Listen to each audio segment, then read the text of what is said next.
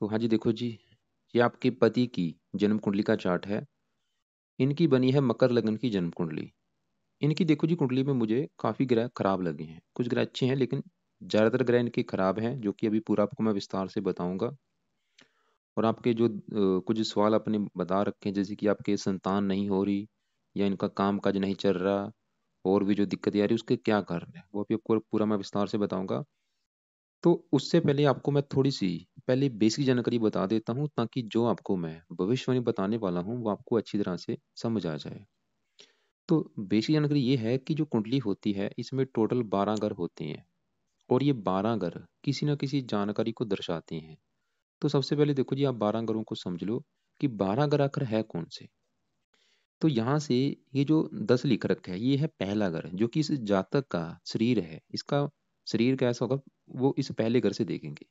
तो पहले आप घरों को समझ लो, ये पहला घर है, ये दूसरा घर, ये है तीसरा घर, ये चौथा, पांचवा, छठा, सातवां घर, आठवां, नौवां, 10वां, 11वां, और ये लास्ट वाला 12वां घर।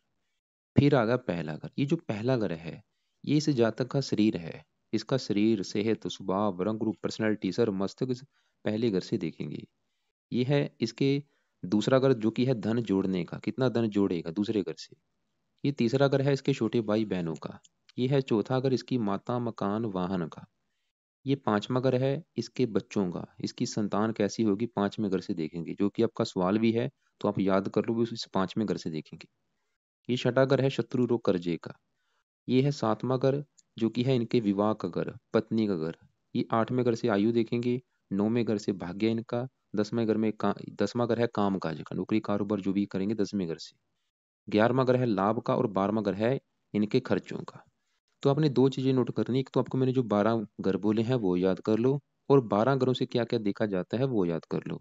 अब देखो जी, आपका जो भी सवाल है, आपने उस घर को देखना है, उस घर का जो मालक है उसको देखना है। जैसे कि ये घर चौथा घर है, और चौथा घर मैंने बोला है इनकी माता, मकान, वाहन, भूमि, जमीन, जायदाद का है। तो इन चीजों को देखने के लिए इस चौथे घर को देखा जाएगा। और चौथे घर में आपको दिख रहा है कि एक लिखा हुआ है। एक नंबर है मेष राशि, माल किसका है, मंगल। तो इन चीजों को देखने के लिए, माता, मकान, वाहन के लिए इनके मंगल को देखना पड़ेगा। ऐसे ही ये नौवां घर भाग्य का है, इनका भाग्य कैसा होगा, इसे नौवें घर से, नौवें घर में 6 लिखा है, माल का बुध है, बुध को देखेंगे।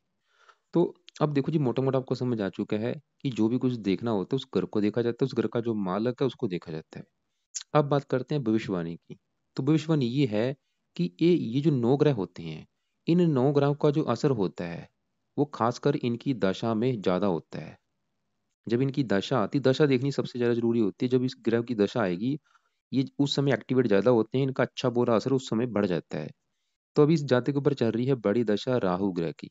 राहु की चल रही है महादशा, 11 से चली है, अभी भी काफ़ी लंबी है, 29 में खत्म होगी। तो इसे देखो जी, जातक के ऊपर अभी जो बड़ा असर है वो राहु का है, क्योंकि राहु की महादशा है, और असर कितना है, 80%। मतलब इसकी जो 100 में से 80% लाइफ है, वो 80% इसकी लाइफ में जो भी कुछ जो हो रहा है, जो भी ये खा रहा है, पी रहा है, कुछ भी इस राहु की वजह से हो रहा है। और बाकी बचा 20% जो असर है वो केतु का है, इसकी चल रही है अंतरदशा। ये 12वां महीना 21 से चली है, अभी 12वां महीना 22 में खत्म हो जाएगी। तो इन दोनों ग्रहों का इसके ऊपर है असर। अब देखो जी, मैंने आपको भी क्या बोला कि ग्रह दशा देखनी बहुत जरूरी। जब जिसकी दशा होगी, वो ग्रह उस समय एक्टिवेट होता है। तो बड़ा असर अभी राहु का है। तो सबसे पहले अगर राहु की बात करें, तो आपको मैंने अभी जैसे बोला था, इसकी कुंडली में कुछ ग्रह अच्छे भी हैं और कुछ ग्रह खराब भी हैं। खराब जो ग्रह होते हैं वो दो कंडीशन में होते हैं। एक ग्रह होता है कम खराब है, ठीक है, खराब है लेकिन कम खराब है। एक ग्रह होता है बहुत ही ज्यादा खराब होना। जिसकी कुंडली मुझे सबसे ज्यादा ग्रह खराब लगा है, नेगेटिव लगा है, वो राहु लगा है सबसे ज्यादा। और कमाल की बात है कि उसी की इसके ऊपर चल रही है दशा। क्योंकि राहु क्यों खराब लगा है, क्योंकि ये जो आपको दिख रहा है 8 लिखा हुआ है, ये है वृश्चिक राशि। राहु इसका वृश्चिक राशि में नीच का बैठा है। और नीच का राहु बहुत ही ज्यादा खराब फल देता है, हजारों खराब फल देता है। आप ये समझ लो कि इसका बुरा समय चल रहा है, क्योंकि ये राहु इसको हजारों खराब फल देगा। तो क्या खराब फल देगा वो समझो। राहु देखो जी बैठा है यहाँ पे 11वें घर में।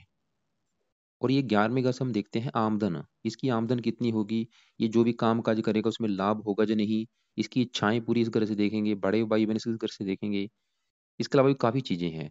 तो राहु यहाँ पे देखो जी नीच का बैठा है। आपको मैं एक एग्जांपल समझाता हूँ। मान लो एक घर है, मान लो आपका एक घर है, जो आप अपने अभी घर में यहाँ रह रही हैं, उस घर में कोई आपका दुश्मन आके बैठ जाए तो दुश्मन क्या करेगा, घर का नुकसान करेगा, घर में पड़ा टीवी तोड़ देगा, फ्रिज तोड़ देगा, बेड तोड़ देगा, वो काम यहाँ पे राहु करेगा। राहु अपनी नीच राशि में बैठा है, इस 11वें घर का बुरी तरह से सत्यानाश कर देगा। राहु ये दिखा रहा है कि इस जातक को आमदन को लेके आएंगी दिक्कतें, इसकी आमदन कम होगी, खर्चे ज्यादा होंगे, किसी भी काम में लाभ नहीं मिलेगा, इच्छाएं पूरी नहीं होने देगा। अगर इसके कोई बड़े भाई बहन होंगे उसको लेके दिक्कतें, मित्रों को लेके दिक्कतें। और राहु की 3 दृष्टियां भी हैं, 5वीं दृष्टि पड़ेगी इस 5वें घर के तीसरे घर के ऊपर। इसको फजूल की मेहनत करेगा, जितनी ये मेहनत करेगा उतनी इसको सफलता नहीं मिलेगी। और आपका जो सवाल है वो है संतान के बारे में, तो राहु यहाँ से इस 5वें घर को देखेगा जो कि संतान का घर है। तो संतान के घर का भी राहु नुकसान करेगा, इसको संतान को भी लेकर दिक्कतें आएंगी, संतान संबंधी भी चिंता परेशानियां। और राहु इस 7वें घर को देखे, जहाँ ये 4 लिखा है, ये घर है 7वां, और 7वां घर है इसकी पत्नी का। तो पत्नी से भी लड़ाई झगड़े कराएगा, मन मुटाव। मतलब इसके अलावा भी देखो, ये राहु हजारों खराब फल देगा, इसके कामों में रुकावटें डालेगा, किसी भी काम में इसको प्रथम प्रयास में सफलता नहीं मिलेगी। दिक्कतें परेशानियां रुकावटें संघर्ष। कान का रुख दे सकता है, कान 11वें घर से कान कान देखते हैं, तो हजारों दिक्कतें देगा। और अगर आप देखो जी, अभी आप समझ लो कि इसकी लाइफ में जातकी में जो दिक्कतें आ रही हैं, बड़ा कारण है राहु। अगर इसने राहु को सही कर लिया, लाइफ में चेंज आ जाएगा। तो अब देखो जी, सवाल ये कि राहु के उपाय क्या करने हैं। तो राहु के उपाय अगर ये जातक खुद कर सकता है अच्छी बात है, नहीं तो आप इसकी अगर पत्नी है तो आप भी इसके लिए कर सकती हैं संकल्प लेके। तो उपाय क्या है, सबसे पहला उपाय बेस्ट उपाय है, इसके मंत्रों को सिद्ध करना है। मंत्रों को सिद्ध करना मतलब इसकी जो संख्या होती है उसको पूरा करना है, और मंत्रों की संख्या है 18,000। अगर ये जातक खुद कर सकता है तो ये संकल्प लेके राहु के मंत्रों को सिद्ध करे। तो यहाँ पे देखो जी, मैं ये कह रहा हूँ कि अगर आपका पति खुद कर सकता है तो उसने क्या करना है, उसने अभी जो शनिवार आएगा उस दिन संकल्प लेना है। संकल्प कैसे लेते हैं वो आपको मैं वीडियो एक अलग से भेजूंगा, फिर भी आपको मैं थोड़ा सा बता देता हूँ। उन्होंने प्रार्थना करनी है शनिवार के दिन। जैसे कि उन्होंने ये कहना है रात के समय कि हे राहु देवता जी, आपकी मेरे ऊपर चल रही है बड़ी महादशा, और आप मेरी कुंडली में नीच के बैठे हैं, और मुझे लाइफ में बहुत ज़्यादा दिक्कतें परेशानियां आ रही हैं। और मैं चाहता हूँ आपके बुरे फल जो मुझे मिल रहे हैं वो मुझे ना मिले। खासकर आप संतान के घर को देख रहे हैं और मुझे संतान संबंधी भी दिक्कतें आ रही हैं। तो इसलिए हे राहु देवता जी, मैं आपका रोजाना पाठ पूजा किया करूंगा ताकि आपके बुरे फल मुझे ना मिले। अगर आपका पति करता है वो ऐसे बोले, अगर आप उनके लिए करेंगी तो आपने उनका नाम बोलना है कि हे राहु देवता जी, आपकी महादशा मेरे पति के ऊपर चल रही है और मैं उसकी पत्नी हूँ, तो मैं उसके लिए आपके मंत्रों को सिद्ध करूंगी ताकि आपके जो बुरे फल उसको मिल रहे हैं वो ना मिले। तो ऐसे संकल्प लेके आप अगर करेंगी तो आप उसके लिए रोजाना कम से कम 2-3 माला रोजाना आपने उस ये राहु का मंत्र आप करना है। ये आपने इसकी संख्या होती है कि 18,000, वो आपने पूरी करनी है। मान लो अगर आप रोजाना 2-2 माला 3-3 माला करती, जब ये संख्या पूरी हो जाएगी फिर आपने छोड़ देना है। और वो आपको वैसे मैं वीडियो अलग से भेजूंगा मंत्र सिद्ध कैसे होते हैं, वो आप देख लेना। तो पहला काम तो है मंत्र सिद्ध करना। दूसरा काम अपने आप अगर आपका पति करेगा तो उसको बोलो कि राहु कवच का एक पाठ है, वो पाठ किया करे, वो संस्कृत में पाठ है वैसे, अगर नहीं आती वो ऑडियो लगा के सुन सकता है पाठ। तो इसके अलावा इसका आपको एक मैं वीडियो भेजूंगा राहु की 25 उपाय वाली, उसमें राहु के मैंने लिखे हैं 25 उपाय। उस वीडियो को आप देख लेना, जिसमें से आपको लगता है कि जो आप उपाय या आपका पति आपका उपाय कर सकता है वो उससे कराए जाए। लेकिन जो बेस्ट उपाय है वो मंत्र जाप है। मंत्र एक बार सिद्ध करके रोजाना उन्होंने फिर भी जब तक दशा रहेगी कम से कम 1 माला रात के समय मंत्र जाप जरूर करना है, ओम राम राहवे नमः। इसके अलावा इन्होंने जो बेस्ट इसका उपाय है वो है राहु का दान करना। राहु के दान वाली आपको एक मैं वीडियो भेजूंगा, उसमें राहु के मैंने दान लिख रखे हैं, वो आप देख लेना। जो आप दान इनसे करा सकते हैं वो आपने कराने हैं। लेकिन जो बेस्ट दान है वो सतनाजा है, वो दान जरूर कराना है। और वो सतनाजा कैसे दान करना है, कैसे बनाना है उसको, वो वीडियो आपको मैं अलग से भेज दूंगा। तो आपको क्लियर हो चुका कि आपकी पति की लाइफ में जो दिक्कतें आ रही हैं उसका बड़ा कारण राहु है। और राहु के जितने ज्यादा ये उपाय करेंगे उतना ही बेनिफिट है। मंत्र जाप कवच स्रोत दान वगैरह वो सभी वीडियो आपको मैं अलग से भेजूंगा। अब देखो जी, इनकी लाइफ के ऊपर केतु का भी असर है, क्योंकि केतु की चल रही है अंतरदशा, और ये 12वां महीना 21 से चली हुई है। अब ये 12वां महीना 22 में खत्म होगी। तो अगर केतु की बात करें, जैसे मैंने आपको बोला इनकी कुंडली मुझे सबसे ज्यादा जो ग्रह खराब लगा राहु लगा है, उसके बाद जो ग्रह इसका खराब लगा केतु लगा है, क्योंकि केतु भी नीच का बैठा है यहाँ पे। और ये किस घर में नीच का बैठा है, 5वें घर में। और ये 5वां घर है इनकी संतान का घर। क्योंकि आपको मैंने अभी भी क्या बोला कि 12 घर किसी ना किसी जानकारी को दर्शाती हैं, जैसे कि तीसरा घर छोटे भाई बहन, चौथा घर इनकी माता का, सातवां घर इनकी पत्नी का, ऐसे ही पांचवा घर है इनकी संतान का। इनकी अगर संतान का हमने सुख देखना है कि इनको संतान का सुख मिलेगा या नहीं, संतान कैसी होगी, इस पांचवें घर को देखा जाएगा। और पांचवें घर में आपको दिख रहा है कि 2 लिखा हुआ है। 2 नंबर है वृष राशि, मालक इसका है संतान के घर का ये शुक्र। तो आप लिख लो कि इसकी अगर संतान का सुख देखना है, शुक्र को भी देखेंगे क्योंकि वो मालक है। और इसके अलावा पांचवें घर में चंद्रमा केतु बैठे हैं, इनको भी देखेंगे। और इस पांचवें घर के ऊपर दृष्टि है राहु की, राहु को भी देखेंगे। हमें मतलब 4 ग्रह देखने पड़ेंगे तब जाके पता चलेगा संतान का सुख मिलेगा या नहीं। तो सबसे पहली देखो जी नेगेटिव बात ये है कि इस पांचवें घर में जो केतु नीच का बैठा है वो ये दिखा रहा है कि इसको संतान को लेके आएंगी दिक्कतें। संतान संबंधी दिक्कतें क्या आएंगी, जहाँ तो होगा कि संतान होगी नहीं, जहाँ होगी देरी से होगी, या बार बार संतान का गर्भपात हो सकता है, या संतान हो सकता है इसकी कन्या ज्यादा हो पुत्र कम हो, या संतान ऑपरेशन के द्वारा हो। तो अब देखो जी आपका जो सवाल है कि अगर संतान का सुख नहीं मिल रहा, वो देखो जी 2 बड़े कारण आप समझ लो इसकी संतान संबंधी जो दिक्कतें आने के हैं, कारण 2 बड़े। पहला कारण है ये जो साथ में पांचवें घर में केतु बैठा है नीच का, संतान के घर का कर रहा है नुकसान। पहला बड़ा कारण आप लिख लो कि इस जातक की संतान संबंधी दिक्कतें आने के 2 बड़े कारण हैं। पहला कारण केतु है और दूसरा कारण है राहु। तो आपको मैंने अभी जो राहु के उपाय बोले हैं, जब राहु के उपाय आप करेंगे तो उसके खाली ये नहीं कि हजारों फायदे होंगे, एक फायदा नहीं होगा, 2 फायदे नहीं होंगे, हजारों फायदे। क्योंकि वो राहु संतान के भी घर का नुकसान कर रहा है, काम काज के घर का नुकसान कर रहा है, पत्नी संबंधी दिक्कतें दिखा रहा है कि पत्नी से नहीं बनेगी, लड़ाई झगड़े होंगे। तो अब देखो जी दूसरा कारण मानिए आपको, पहला कारण संतान संबंधी दिक्कतें आने का केतु है, दूसरा राहु। तो केतु की अभी जो दशा चल रही है वो भी देखो जी खराब फल देगा, संतान संबंधी खराब फल देगा। और केतु चंद्रमा के साथ बैठा है जो कि पत्नी घर का मालक है, पत्नी से नहीं बनने देगा। तो यहाँ पे केतु के उपाय बहुत जरूरी है करने। अगर आप संतान का सुख चाहती हैं, केतु के उपाय बहुत जरूरी हैं। तो आपको मैंने जो राहु के उपाय बोले, ऐसे ही केतु के भी उपाय करने पड़ेंगे। और ये भी उपाय रात के समय करने हैं। तो आपने सबसे पहले राहु के मंत्र सिद्ध करने हैं इसके लिए 18,000। उसके बाद आपने केतु के मंत्र सिद्ध करने हैं 17,000। ओम केम केतवे नमः ये मंत्र है। तो पहला उपाय तो ये है केतु का कि इसके मंत्रों को सिद्ध किया जाए। दूसरा इसका कवच का पाठ किया जाए, चाहे उसको ऑडियो लगा के सुना जाए। इसके अलावा केतु का भी दान करना है। और केतु का दान क्या है, वीडियो अलग से भेजूंगा। इसका जो बेस्ट दान वैसे है कुत्तों को रोटी डालना, तो वो आप उपाय इनके हाथ से कराएं। तो अब देखो जी मैंने आपको बोला संतान के लिए 4 ग्रह देखने पड़ेंगे। तो केतु को भी देखा, वो ये दिखा रहा है कि संतान संबंधी दिक्कतें आएंगी। राहु को भी देखा, वो भी दिखा रहा है कि संतान संबंधी दिक्कतें आएंगी। अब इस पांचवें घर का जो मालक शुक्र है वो भी इस 12वें घर में बैठा है। 12वां घर अच्छा घर नहीं होता, संतानहीन योग बना है शुक्र की वजह से। तो शुक्र भी ये दिखा रहा है कि भाई संतान संबंधी आएंगी दिक्कतें। अब देखो जी, तो तीसरा कारण जो शुक्र है, तो शुक्र को सही करने के लिए शुक्र के भी मंत्रों को सिद्ध करना है, वो सुबह के टाइम करने हैं। जो राहु केतु के मंत्र मैंने बोले हैं रात के समय, शुक्र के करने हैं सुबह के टाइम। शुक्रवार के दिन से शुरू करना है सुबह के टाइम। और इसके भी जो मंत्रों की संख्या है वो पूरी करनी है। ओम शुम शुक्राय नमः ये मंत्र है, प्रार्थना करनी है शुक्रवार के दिन से कि शुक्र देवता जी, आप अगर ये करता है, ज़्यादा खुद करता है तो ये बोलेगा कि हे शुक्र देवता जी, आप मेरी कुंडली में 5वें घर के हैं मालक, जो कि है संतान का घर। और मुझे आ रही है संतान संबंधी दिक्कतें, संतान का सुख नहीं मिल रहा अभी तक। और मैं चाहता हूँ जो संतान संबंधी दिक्कतें आ रही ना आए, मुझे संतान का सुख मिले। इसलिए आपका मैं मंत्र जप किया करूंगा।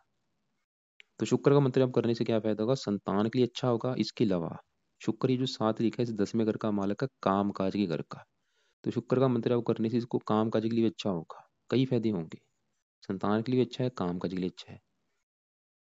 अब देखो जी आपको मैंने बोला था इसके ग्रह मुझे जैसे काफी खराब लगे हैं। सबसे ज्यादा ग्रह खराब राहु केतु, क्योंकि ये नीच के बैठे हैं। अब देखो जी इसका जो सूर्य है वो भी यहाँ पे नीच का बैठा है। और कहाँ बैठा है, ये 10वें घर में बैठा है नीच का। और 10वां घर है काम काज का घर, नौकरी कारोबार का घर। सूर्य नीच का बैठा 10वें घर में, वही दिखा रहा है इसको काम काज में लेके दिक्कतें लगी रहेंगी, हजारों दिक्कतें आएंगी काम काज को लेके। नौकरी कारोबार जो भी करेगा दिक्कतें लगी रहेंगी। जहाँ तो नौकरी में तरक्की नहीं होगी, प्रमोशन नहीं होगा, जन जहाँ नौकरी बार बार छूटती रहेगी, जहाँ बिजनेस ज़्यादा चलेगा नहीं अगर बिजनेस करता है। तो इसके लिए अगर मतलब इसको काम काज में दिक्कतें आ रही, बड़ा कारण सूर्य भी है। सूर्य पिता का भी कारक है, पिता संबंधी भी दिक्कतें दिखा रहा है, सरकारी कामों में दिक्कतें दिखा रहा है। तो अब देखो जी सूर्य के उपाय क्या करने। एक तो सूर्य के लिए ये जातक सूर्य को रोजाना जल दिया करे सुबह के टाइम, पहला काम तो ये। दूसरा काम सुबह के टाइम जब सूर्य निकलता है इसका दान किया करे, लाल रंग का दान करना है। वो आपको मैं वीडियो भेजूंगा सूर्य का दान क्या है, उसमें आप देख लेना। तो पहला काम सूर्य को जल देना, दूसरा काम इसका दान करना, दान जब करना है सूर्य का मंत्र आप करते करते करना है। तीसरा काम, ये सूर्य के भी एक बार मंत्रों को सिद्ध करे। ओम गृणी सूर्य नमः, पहले शुक्र के कर लेगा फिर सूर्य के मंत्र सिद्ध कर ले। अगर ये नहीं कर सकता, आप इसकी पत्नी है तो आप इसके लिए बारी बारी से ये मंत्र सिद्ध करें। राहु केतु के तो रात के समय करने हैं, शुक्र सूर्य के सुबह के टाइम। शुक्र के मान लो आपने अगर शुक्र से शुरू करती हैं, आपका एकदम 1 महीना लगता है, आपने शुक्र का मंत्र सिद्ध कर ली रोजाना 2 3 3 माला करके, फिर आपने सूर्य की कर लेनी है। और जो दान है वो आप इनके हाथों से करा सकती हैं। अब इसका देखो जी, चौथे नंबर पे जो ग्रह मुझे खराब लगा, मंगल लगा है, जो कि नीच का बैठ है। तो मंगल भी खराब फल देगा क्योंकि नीच का बैठ है। और मंगल ये जो 1 और 8 लिखा है, इन दो घरों का मालक है, क्योंकि सभी ग्रह किसी न किसी घर के मालक है, उस घर से रिलेटेड अच्छे बुरे फल देते हैं। तो मंगल ये जो 1 लिखा है चौथे घर का मालक है, चौथा घर है इसकी माता, मकान, वाहन, भूमि, जमीन, जायदाद, नौकर चाकर का। तो मंगल ये दिखा रहा है कि इसको लाइफ में माता, मकान, वाहन, भूमि, जमीन, जायदाद, नौकर चाकर, इनको लाइफ के लाइफ में आएंगी दिक्कतें परेशानी। घरेलू सुखों में कमी कर देगा, घर का वातावरण शांत होगा, घर में क्लेश होगा। और 11वें घर का मालक है, आमदन कम कर देगा, खर्चे ज्यादा होंगे। तो मंगल के भी आपको देखो जी एक बार मंत्र सिद्ध करने पड़ेंगे। ओम अंगारक नमः। और मंगल का भी दान करना है, लाल रंग का दान होता है। जैसे मैं सूर्य का दान बोला, खाली आप चाहे सूर्य का दान सूर्य संडे को करा सकती हैं, जहाँ रोजाना भी, जहाँ हफ्ते में 3 4 दिन, वो आपके ऊपर डिपेंड है। मंगल का भी दान आप चाहे खाली मंगलवार को करा दिया करें, लाल रंग का दान होता है। और मंगल के मंत्र सिद्ध करने हैं। और मंगल के देवता हैं हनुमान जी। तो हनुमान जी की भी जाते को पूजा उपासना किया करे, हनुमान चालीसा पढ़ा करे, बजरंग बाण का पाठ करे। क्योंकि मैंने आपको पहले बोला है, इसको अगर अपनी लाइफ में चेंज चाहिए, चेंज ऐसे नहीं आएगा। चेंज कैसे आएगा? इन ग्रहों के पाठ पूजा करने पर। क्योंकि 4 ग्रह तो उसके नीच के बैठे हैं, लाइफ में जो दिक्कतें आएंगी। और सबसे नेगेटिव बात यह है कि अभी ऊपर से जो ग्रह इसके खराब है सबसे ज्यादा, उन्हीं की चल रही है दशा। बिल्कुल समय अच्छा नहीं है। हाँ, अगर ये उपाय करता है सही ढंग से, ये ना करे आप करें, तो लाइफ में चेंज आ जाएगा। इसकी जो भी दिक्कतें परेशानी दूर हो जाएंगी। शुक्र शनि की बात करें वो अच्छा है, 10 से लेकर अपने घर में बैठा है, शरीर के लिए अच्छा है, हेल्थ के लिए अच्छा है, आयु के लिए अच्छा है, आयु लंबी कर देगा। तो ये था देखो जी कुंडली का फलादेश। और एक बार मैं फिर बोलूंगा कि जो संतान संबंधी दिक्कतें आने का, मैंने आपको बोला 2 3 कारण है। बड़ा कारण है राहु और केतु, और इसके अलावा शुक्र। और काम काज में दिक्कतें आने का कारण, बड़ा कारण सूर्य है। और 10वें घर का मालिक शुक्र, वो भी खराब बैठा है। और और मंगल चौथे घर से रिलेटेड खराब फल देगा, माता, मकान, वाहन संबंधी खराब फल देगा। और आमदन कम कर देगा, खर्चे। और मंगल 7वें घर में बैठा, पत्नी घर में, पत्नी से भी लड़ाई झगड़े मन मुटाव होंगे, वैवाहिक सुख में कमी करेगा। तो यहाँ पे इन सभी ग्रहों के उपाय करने बहुत जरूरी है। बाकी आप एक बार ऐसा करना, इसके अलावा आपको मैं 10 11 वीडियो अलग से भेजूंगा, सभी वीडियो को आपने देखना है अच्छी तरह से। एक आपको मैं वीडियो भेजूंगा दान के ऊपर, उसमें मैंने 9 ग्रहों का दान लिखा है, उसको आपने ओपन करना है, वीडियो को ओपन करके उसमें से आप देख लेना कि राहु का दान मैंने क्या बता रखा है, और केतु का दान क्या है, और सूर्य और मंगल के दान क्या है। राहु केतु के तो दान आप इनके हाथों से कोशिश करें, रोजाना कराया करें। जैसे केतु का दान कुत्तों को रोटी डालना, वो आप रोजाना कराएं। राहु का भी दान सतनाजा है, रोजाना कराना है। और सूर्य मंगल का भी दान आप कोशिश करें हफ्ते में 3 4 दिन करा दिया करें। बाकी जो वीडियो अलग से भेजूंगा सभी को देख लेना, फिर आप मुझे एक बार कॉल करके पूछ लेना, जो आपको मेरी बात समझ ना लगी हो, जो आपके जो सवाल होंगे, सवालों को पहले लिख लेना, दोपहर को 1 और 2 के बीच में मुझे कॉल कर लेना।